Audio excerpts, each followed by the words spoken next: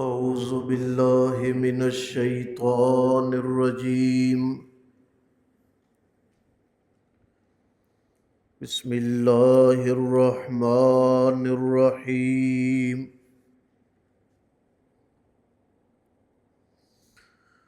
وجوزنا ببني إسرائيل البحر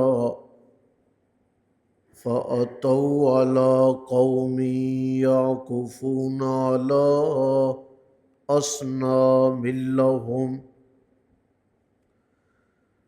قالوا يا موسى اجعل لنا إلها كما لهم آلهة قال إنكم قوم تجهلون. وجوزنا اور پار لگایا ہم نے بنی اسرائیل کو دریا کے، پار لگایا ہم نے بنی اسرائیل کو دریا کے. فَأَتَوْا عَلَىٰ قَوْمٍ پس آئے وہ ایسی قوم پر یعکفون جو بیٹھے ہوئے تھے، اعتکاف کیے ہوئے تھے، علی اصنام لہم اپنے بتوں پر. قالوا کہنے لگے یا موسیٰ اے موسیٰ اجعل لنا بنا تو ہمارے لیے الہ معبود کما لہم آلہہ جیسے ان کے پاس معبود ہے. قال کہا موسیٰ علیہ السلام نے انکم بے شک تم قوم تجہلون قوم ہو جاہل.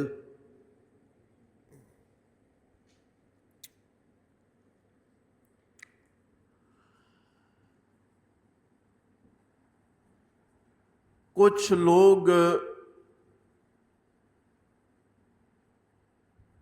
ایمان میں اتنے کمزور ہوتے ہیں کہ کلمہ لا الہ الا اللہ پڑھ لینے کے بعد بھی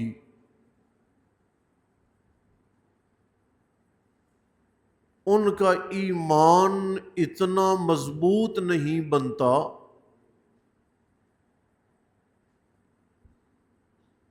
کہ وہ کسی مشرک کو مشرک اور بدعتی کو بدعتی کہہ سکیں.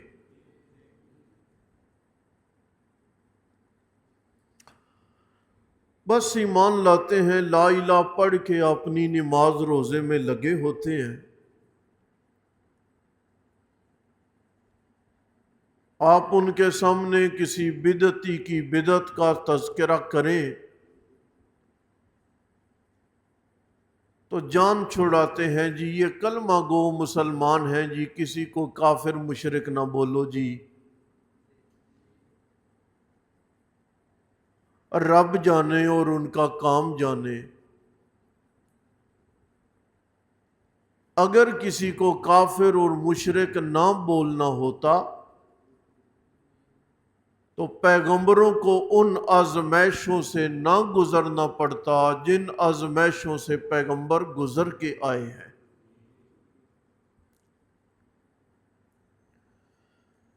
بات کرتے جو مان جاتا ماننے والے کو ساتھ لیتے، آگے چل پڑتے، پھر جو مانتا اسے بھی ساتھ ملاتے، لیکن نہ.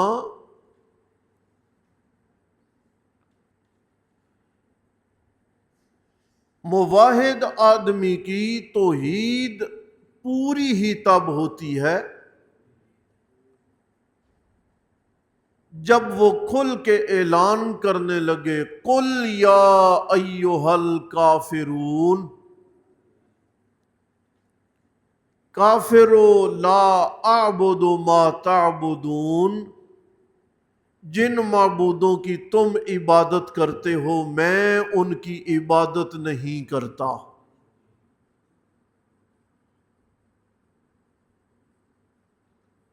سن رہے ہو؟ ایک موحد اور توحیدی بندے کو کھل کے کہنا پڑتا ہے لکم دینکم ولی دین، تمہاری اپنی راہ ہے میری اپنی راہ ہے۔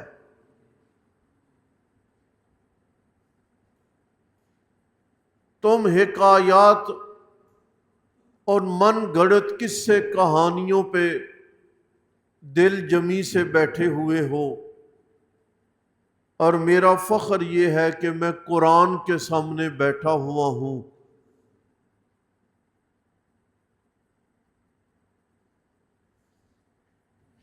جب تک ایمان والے کے ایمان میں شرک اور بدعت کی نفرت پیدا نہ ہو، سنیے گا، کیا پیدا نہ ہو؟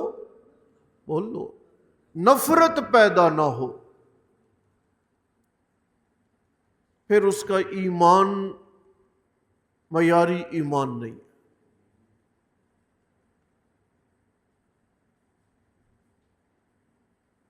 ایمان معیاری کب ہوگا؟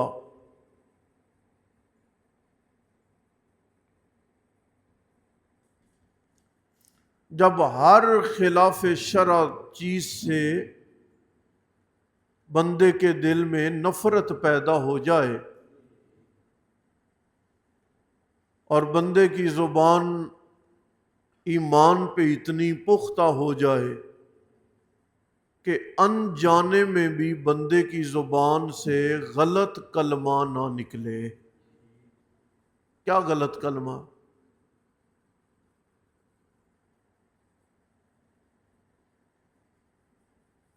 قسمیں کھانے والے ماں کی قسم کھاتے ہیں نا؟ بول تو لو۔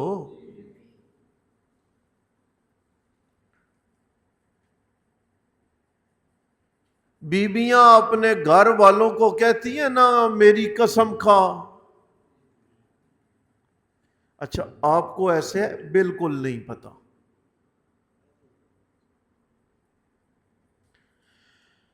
اور دین نے کیا کہا ہے؟ جس نے اللہ کے سوا غیر اللہ کے نام کی قسم کھائی نا فقد اشرکا، وہ مشرک ہو گیا۔ وہ کیا ہو گیا؟ کیوں؟ اگر بندے نے قسم کھانی ہے تو وہ قسم بھی کس کے نام کی کھائی جائے گی؟ اللہ کے نام۔ تو ان کے ایمان کا ڈھیلا پن بھی یہاں قرآن نے بیان کیا۔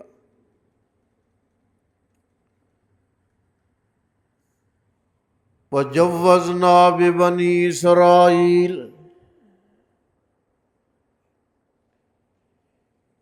وَجَاوَزْنَا بِبَنِي إِسْرَائِيلَ، اور ہم نے پار لگایا بنی اسرائیل کو دریا کے، کسی اور نے نہیں، ہم نے پار لگایا بنی اسرائیل کو، پل کوئی نہیں، راستہ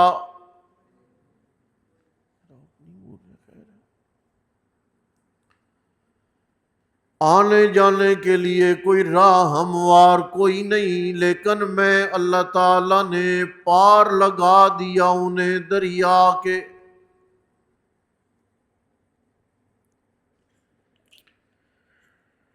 دریا کے پار لگ جانے کا تقاضا یہ تھا کہ پار لگ جانے کے بعد شکر ادا کرتے میرا،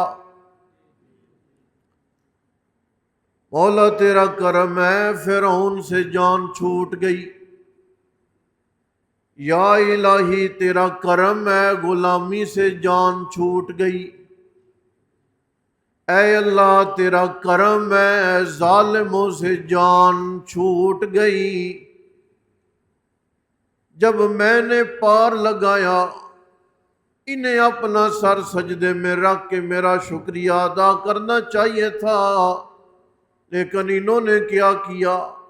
ایک مشرک قوم جو اپنے بتوں کے سامنے حلقے بنا کے بیٹھی ہے، گھیرے ڈال کے بیٹھی ہے، انہوں نے بھی دیکھا اور موسیٰ پیغمبر سے کہنے لگے، اے موسیٰ اجعل لنا، ہمارے لیے بھی کوئی معبود بنا، کوئی لکڑی آ جائے، کوئی پتھر آ جائے، کوئی ٹیلا معبود بن جائے، کوئی مورتی تراش کر لی جائے تاکہ ہم بھی یوں حلقہ بنا کے بیٹھ جائیں اور معبود کے آمنے سامنے معبود سے کلام کریں، ہمارے لیے بھی کوئی ہمت کر کے معبود بنا لے جیسے ان کا معبود انہیں سامنے نظر آ رہا ہے۔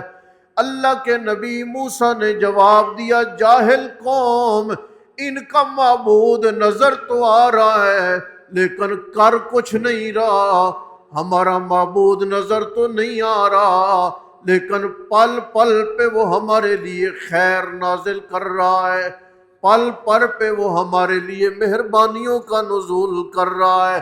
کتنی جاہل قوم ہو تم، اس معبود نے تمہیں دریا سے پار لگا دیا، راستے نہیں بنے تھے بنا دیے گئے، فرعون سے نجات تمہیں مل گئی، تمہیں شکریہ ادا کرنے کے لیے سر سجدے میں رکھنا چاہیے تھا، لیکن تم شکر نہیں بلکہ شرک کی تمنا کرنے لگ گئے۔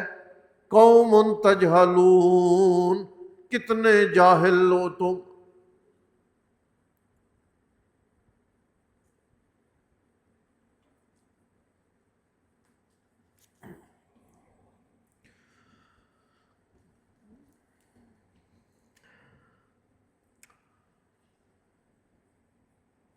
آپ نے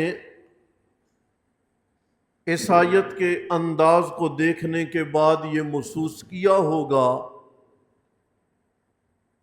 کہ ایمان لانے کے باوجود بھی ابھی کچھ ایسی خواہشات ان میں جنم لیتی تھیں جو ایمان کے تقاضا جات کے مطابق نہیں۔ ایمان کیا ہے؟ ایمان یہ ہے کہ لا الہ الا اللہ پڑھ لینے کے بعد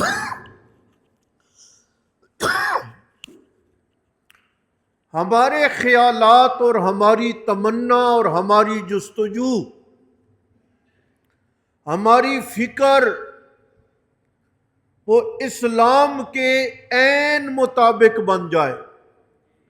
اگر ہمارے دل میں ایسی خواہشات جنم لیتی ہیں جو اللہ اور اللہ کے رسول کے حکموں سے ٹکرا رہی ہوں، تو اس کا مطلب ہے کہ ہمیں اپنے ایمان پہ توجہ کی ضرورت ہے کہ ایمان کیسا ہے کہ ایمان بھی لے آئے اور ہماری خواہشیں اللہ کے نبی کے حکموں سے ٹکرا رہی ہیں۔ سمجھے آپ؟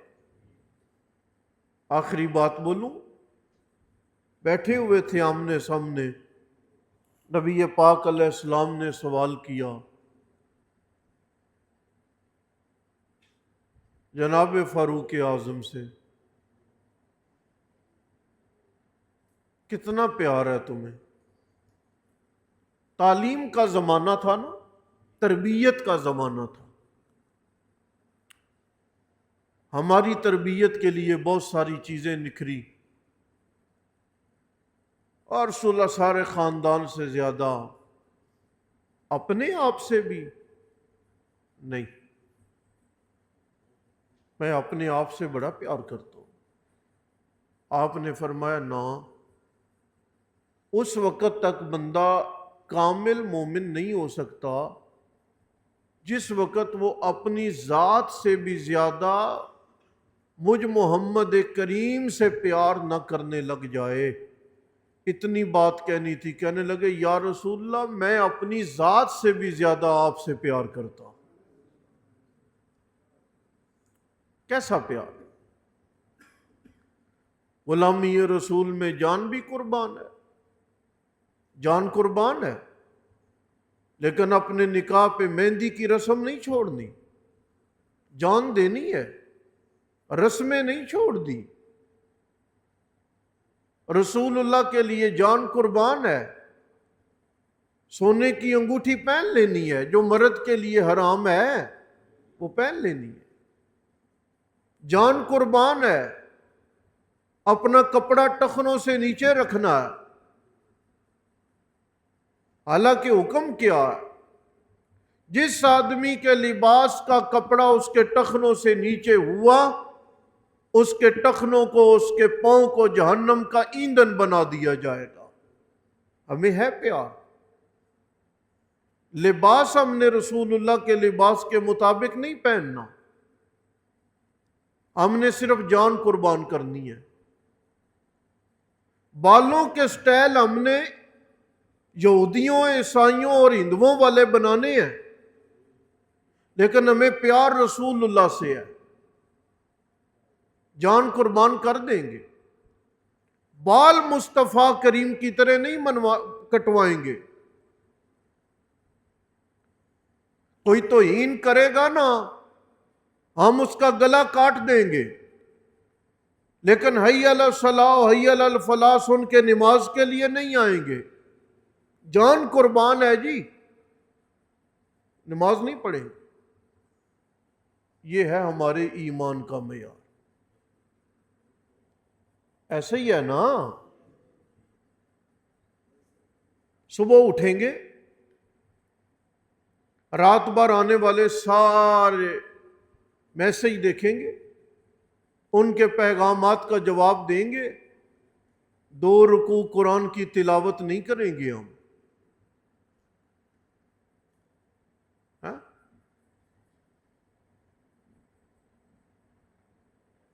یہ ہمارے ایمان کا معیار ہے۔ نئی ایپ آ گئی ہے، نہیں ہمیں پتہ چل رہا، پوچھ لیں گے۔ قرآن کا لفظ سیدھا نہیں آ رہا، نہیں پوچھیں گے، جان قربان کر دیں گے ہم۔ ہمارا ایمان اتنا۔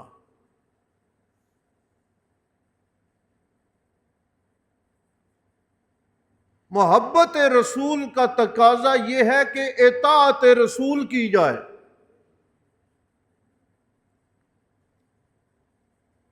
ہم نے کبھی نبی پاک علیہ السلام کی حیات طیبہ پڑھنے کی زحمت بھی نہیں کی ہے؟ فیس بک پہ لکھا نا جی کون کون اتفاق کرتا ہے جی سکول کی کلاسوں میں سیرت النبی آنی چاہیے، نیچے سب نے لکھ دیا ہم اتفاق کرتے ہیں۔ اور بھائی سکول کے سلیبس میں اگر سیرت النبی نہیں آئی، آپ نے خود پڑھی ہے؟ مکی زندگی، مدنی زندگی، آپ کا گھریلو رہن سہن، آپ کی تعلیم و تربیت کے انداز، بچوں سے شفقت، بڑوں کا احترام، گھر والوں سے معاملات، تجارت، لوگوں سے ملنا ملانا، مہمان نوازی کرنا، قرض لینا، قرض دینا، ہم نے خود کبھی پڑھنے کی کوشش کی ہے؟ نہیں۔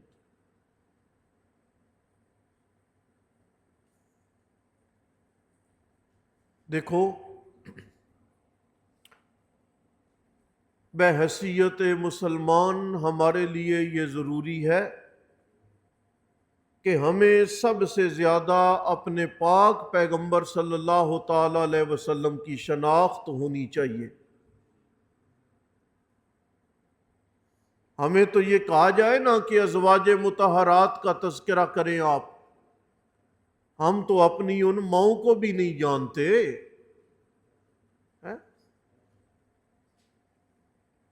یہاں آپ ایک ذمہ دار بڑے آدمی کو لے لو نا، تو گاؤں میں ہر خاندان کے باپ دادے کو جانتا ہے، فلانا فلانے کا بیٹا ہے، فلانا فلانے کا داماد ہے، فلانا فلانے کا رشتہ دار ہے۔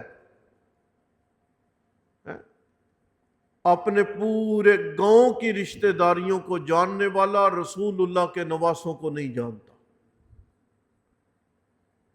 یہ ہمارے ایمان کا معیار ہے۔ وجاوزنا ببنی اسرائیل اللہ، اور پار لگایا ہم نے بنی اسرائیل کو البحر دریا کے، فَأَتَوْا عَلَىٰ قَوْمٍ آئے وہ ایسی قوم پر جو بیٹھے ہوئے تھے اپنے بتوں پر،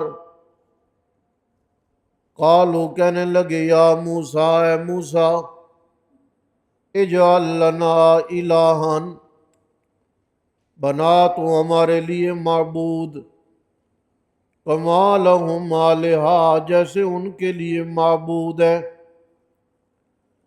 قال کہا موسیٰ علیہ السلام نے انکم قوم تجہلون، بے شک تم قوم ہو جاہل۔